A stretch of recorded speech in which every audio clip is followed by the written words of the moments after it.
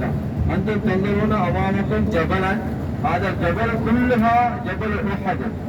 அந்த மலை கிட்டத்தட்ட ஜபல் உஹது உஹது மலை கிட்டத்தட்ட 6 கிலோமீட்டர் நீட்டம், 4 கிலோமீட்டர் தடிப்பம், அகலம் 4 கிலோமீட்டர், நீட்டம் 6 கிலோமீட்டர் என்றதான் சொல்லப்படுது. அந்த அளவுக்கு பெரிய மலை தான் உஹது மலை.